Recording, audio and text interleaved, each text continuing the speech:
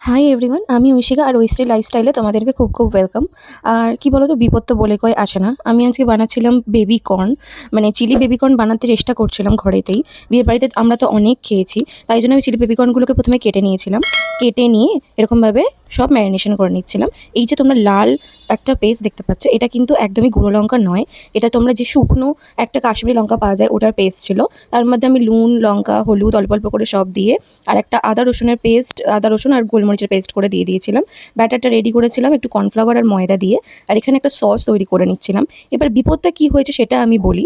বিপদটা হয়েছে এইটা করতে করতেই ভুল করে আমার হাত থেকে লোহার সাঁড়াশিটা যেটা দেখতে পাচ্ছ মাঝখানে পড়ে গিয়ে পাটা পুরো সেদিনকে থেঁতো হয়ে যায়।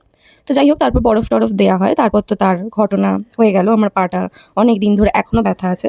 তারপর আমি কড়াইতে তেল দিয়ে আর ওর মধ্যে একটুখানি রসুন কুচি দিয়ে দিয়েছিলাম। আর যে সসটা তৈরি করেছিলাম, মানে টমেটো সস, ভিনিগার, সোয়া সস সব কিছু দিয়ে একটা সস তৈরি করেছিলাম সুন্দর। তার মধ্যে আমি দিয়ে দিয়েছিলাম কাঁচা লঙ্কা, দিয়ে আমি কড়াইতে দিয়ে দিয়েছিলাম। আর ভালো করে ওটা ১ ফুট ফুটে গেলে যে বেবি কর্নগুলোকে আমি ভেজে তুলে রেখেছিলাম ম্যারিনেশন করে, সেইগুলো দিয়ে দিয়েছিলাম।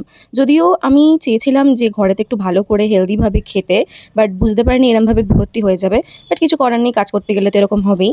আর ভিডিওটা খুবই সহজ, খেতেও খুব ভালো হয়েছিল। তোমরা দেখে জানিও কেমন লাগলো। দেখা হবে আবার একটা নতুন ভিডিওতে। আজকে এই পর্যন্তই রাখলাম। আর প্লিজ প্লিজ প্লিজ আমার ভিডিওটা একটা লাইক, কমেন্ট অ্যান্ড শেয়ার করে দিও। তোমরা কে কোথা থেকে দেখছো অবশ্যই কমেন্টে জানিও, কারণ আমি তার নামটা অবশ্যই শাউট আউট দেবো। আগের দিনকে ওয়েন্দ্রিলা দিয়েছিল, তাই থ্যাংক ইউ ওয়েন্দ্রিলা।